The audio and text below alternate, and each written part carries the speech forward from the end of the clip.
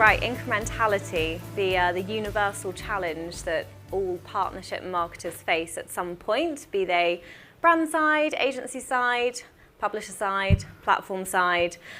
Is this activity incremental?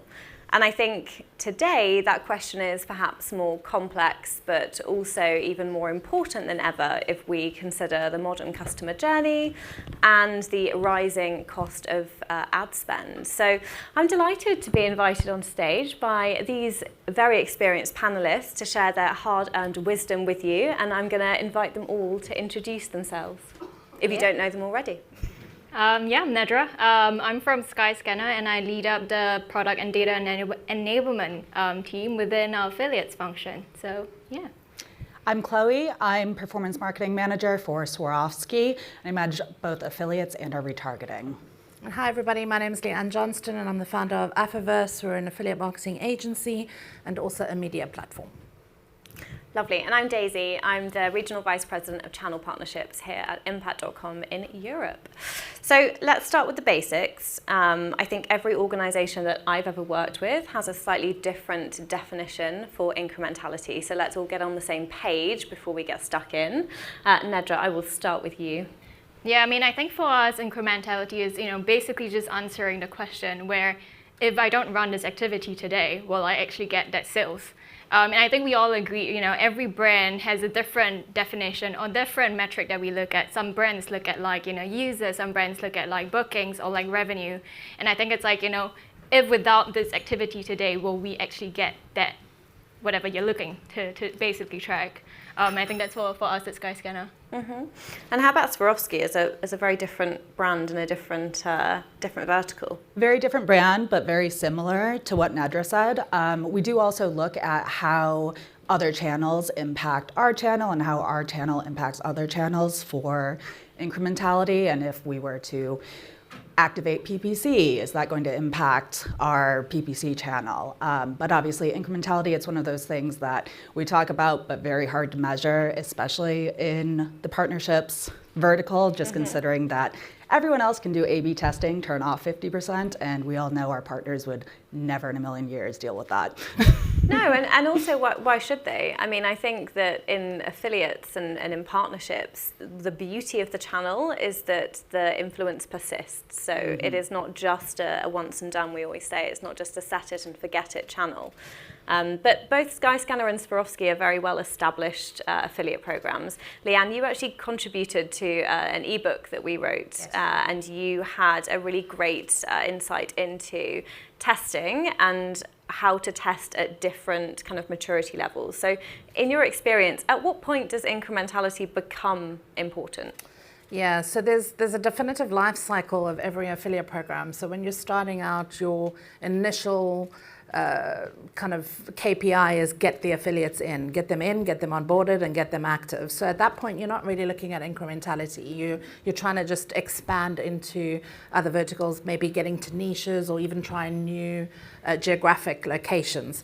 Where incrementality starts coming into play is very much so for big brands like this, where they're trying to improve profit margins and actually get a little bit deeper into their data across channels to make sure that affiliates are actually contributing and providing additional sales through that fragmented customer journey. And to me, we work with multiple different clients in different industries, from the gaming industry to B2B, SaaS and e-commerce. And every single one of those clients has got a different definition of what they want to track and how they want to track it. So I think it's really understanding, why are you looking at it? Is now the right time to be looking at it? And then figuring out what are those measurement measures that you want to have to kind of record it. Mm-hmm. Yeah, for sure.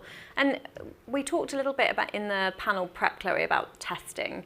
And we talked about, not being intimidated by ugly data, not needing to see really clear results necessarily. Could you share a little bit about some of the testing that you've overseen and the strategy behind it at Swarovski? Yeah, for sure. So testing-wise, we've been in the affiliate space for 15 years at Swarovski, so incrementality is very important to us. And the way that we get to that is via testing. So be it creatives, commission rates, different partner types, it's really important to us to make sure that we're constantly testing and learning and evolving with all of these different things. We do a lot of work with our analytics team to set these tests up and make sure that they're measurable. And one of the things that you have to get comfortable with is that sometimes they don't give the results that you want it to give. And as long as you are learning from that and you're building the story around it in terms of this is why we were testing, this is what we thought the result was going to be, either yes it was, no it wasn't, and this is what our next steps are, there's never a bad test. And it's really, really important for any brands to make sure that you're constantly kind of working on that.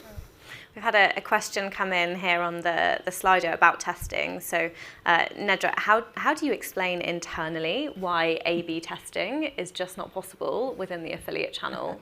How do you word it, and do they understand?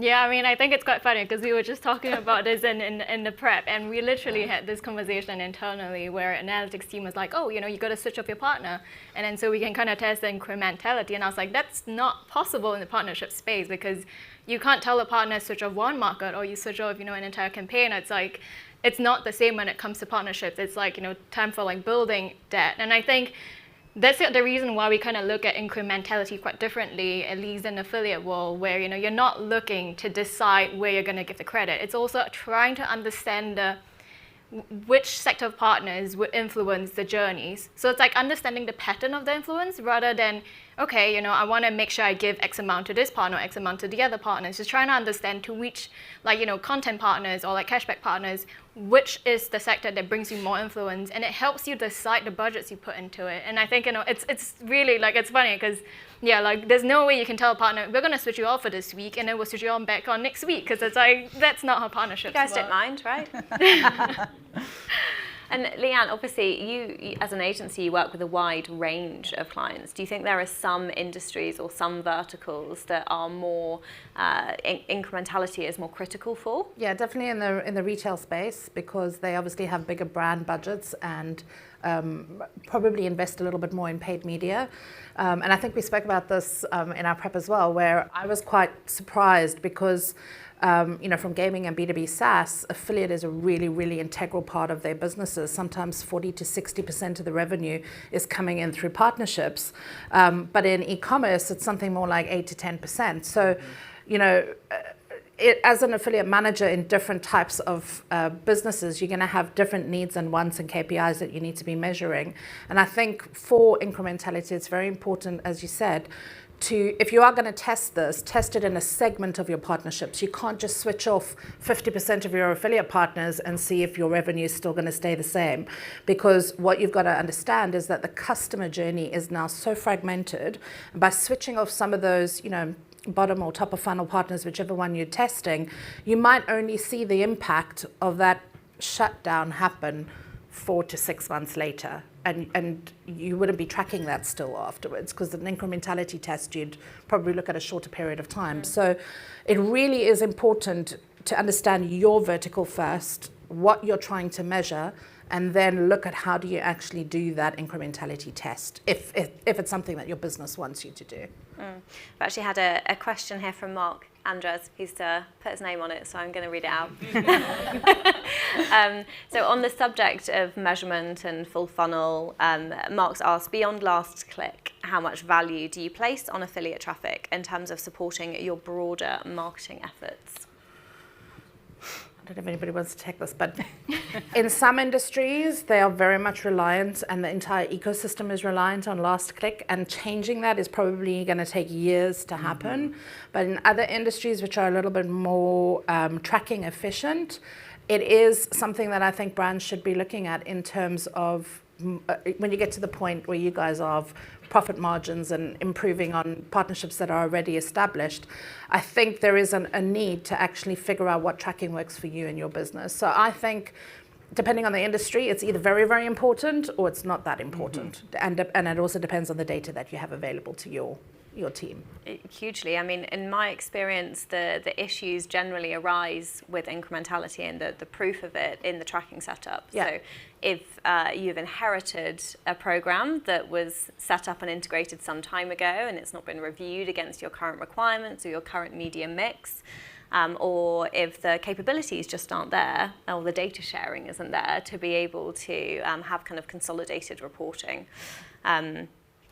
We had a question in our prep session on measuring incrementality across a non-linear customer journey. And Nedra, you had some interesting thoughts on the way that works at Skyscanner. Yeah, I mean, I think it's like, I think we all know, right? In the digital world, it's no longer linear. It's not like, I see this ad, I buy it. It's like, you see this ad, you go into social media, you create a promoting it, and then you go to somewhere else. It's multiple touch points.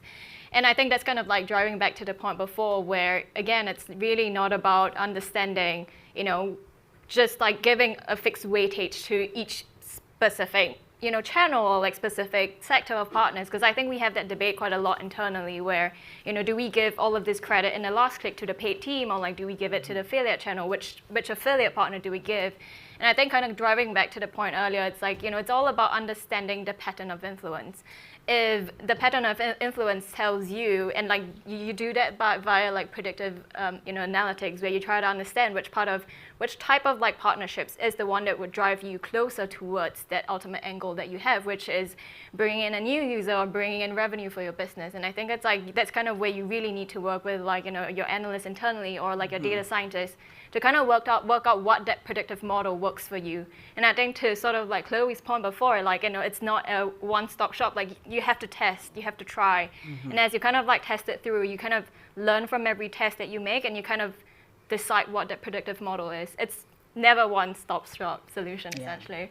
Yeah, it's always evolving. Like we have an internal multi-channel attribution system, which is like what someone has built internally, but then someone else might be looking at an MMM version and like someone else is just looking at GA4. And ideally you want a single source of truth, but we all know that's very, very hard to come by.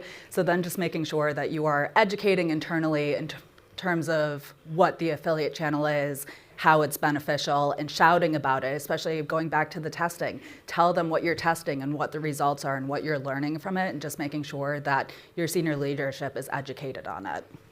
And not just the senior leadership, but every other head of department that you work with too. Because I mean, as an agency, we don't work with our clients just on affiliate. We're actually having strategy days with the paid team, the social team, the SEO team. So we're understanding exactly where we can actually serve. And I actually like to think of the affiliate channel not as a channel on its own that sits alongside the others, but actually as a service provider to the others. Because you can turn different types of partners on and off all the time, and that can impact everything that you're doing in your other channels. So we need to change the narrative. We don't need to educate internally, we need to actually serve internally for this type of thing to happen. And we're getting to like really advanced stuff now. And companies that have big teams need to bring the affiliate team into their kind of digital marketing mix and not leave them on the side. We're absolutely under siege with questions, and I'm panicked that we've got a few minutes remaining. Should we do some quick fire rounds? Sure. Let's do it. Question here, could you give a clear example of how you have tested incrementality in the past? I assume we're looking for a particular metric here, so like a lifetime value, or what's the definitive punchy? To do that. Well, I think one of the big ones that we always get asked is, are cashback partners incremental? So sometimes you see people do like the very dramatic thing of just switching them off and then panicking and switching them on 6 months later. But we tend to do testing in terms of we will identify certain cashback partners in the UK, for example, and we will increase their cashback rates to a certain amount, and then we will see what the impact of that was, or if we were to lower it, what the impact of that is, and are we in the right bandwidth for our sales, where if we move it, is it going to change, or should we be offering more to the consumer just because we know that it's a very competitive environment right now? Should brands always be doing incrementality testing for running card-linked offers? Any guidance would be helpful. Card-linked offers are hard just because there's very limited data that they can provide. So in terms of what you can test and measure with it, it can be difficult. It's a space that Swarovski is only just getting into now, so I have to say I'm not super well versed on it, but we are having discussions with the partners in terms of what the incrementality testing options are there, because obviously we want to make sure that what we're running is bringing additional revenue to the business. So I'm quite hot on card-linked offers at the moment, and a lot of our clients use them. The key thing with card-linked offers, if you are going to be doing testing, is to pick the partner that you want to go with, because most of them are integrated with most of the platforms. And also when we say platforms, we're talking about payment platforms like the Visa and the MasterCard. Yeah. And also think about what you want to test, because we've done some really interesting stuff where we've said, okay, we don't want to have everybody, we just want to do net new. And net new to us is anybody that hasn't purchased a product like this within the last 24 months in the B2B space, for example. So, you know, you really do need to set out what are those parameters that you want to be testing when you're doing incrementality. And I'd also look at card-linked offers alongside alternative other traffic sources as well, because in your example with cashback voucher and loyalty, I mean, card link could actually fall into that category too in a certain degree. So really get specific about what you're tracking for incremental data, if that's what you want to look at. We've got 1 minute left, one more question. Went so quick. Nedra, regarding testing of tenancy exposure and best partnerships to do this, how would you measure incrementality when impression data is not shared? Oh, that is neat. Ending with a hard one. I mean, I don't know if that's a question, because we don't really look at impressions as a channel. Like for us, we are very, very revenue driven. Yeah. I think that's for affiliates in Skyscanner, because we look a lot at revenue. We look a lot at people who ultimately make bookings, because I think Skyscanner, we are a meta model. So I don't know if this is a question better picked up by Chloe or Leanne. I guess it's in terms of the exposure itself. So if you're paying tenancy for exposure in a newsletter, you can get the click-through rate. But if you're paying for exposure on the homepage, so how do you measure if that's incremental? You need to measure all the actions. So your tracking needs to be set up correctly, because impressions leads to clicks, leads to form fills, leads to however your sales funnel works. I don't think incrementality on impressions is something that I would bother to test. Yeah. It's not a metric that converts. So it's a metric that tells you whether there's interest, and that's more of a branding play, I think. But yeah, because I think to that as well, it's ultimately it's down to the strategy of what you want to do. If your strategy is all about getting brand awareness, then yes, it makes sense that you're going for these kind of partnerships, you're pushing for impressions. But the thing is that you can't look at, impressions and revenue, because they can't be, in a way they are, yes, they're tied throughout the journey, but you can't say, because this activity has resulted in zero or poor revenue. It doesn't mean that it's not, essential or effective. And I think all boils down to the strategy that you have in your program. Are you at the phase where you're looking to get brand awareness, getting more people to know you in a certain market, or are you trying to push for sales and growth and user base and stuff like that? So that's very different, and it really depends on your strategy at the end of the day. I think that's probably us out of time, but we'll just leave you with the takeaway of make sure that you're talking internally, talking to other teams, talking to up and down in the stakeholder lineage. Make sure that you have understood clearly what it is that you want to test before you set out on your testing, and that everybody understands that metric and it's a universal metric. Anything else? Any other hot takes? Talk to us afterwards if you've still got questions. Keep testing. Thank you so much for having us. Yes, thank you.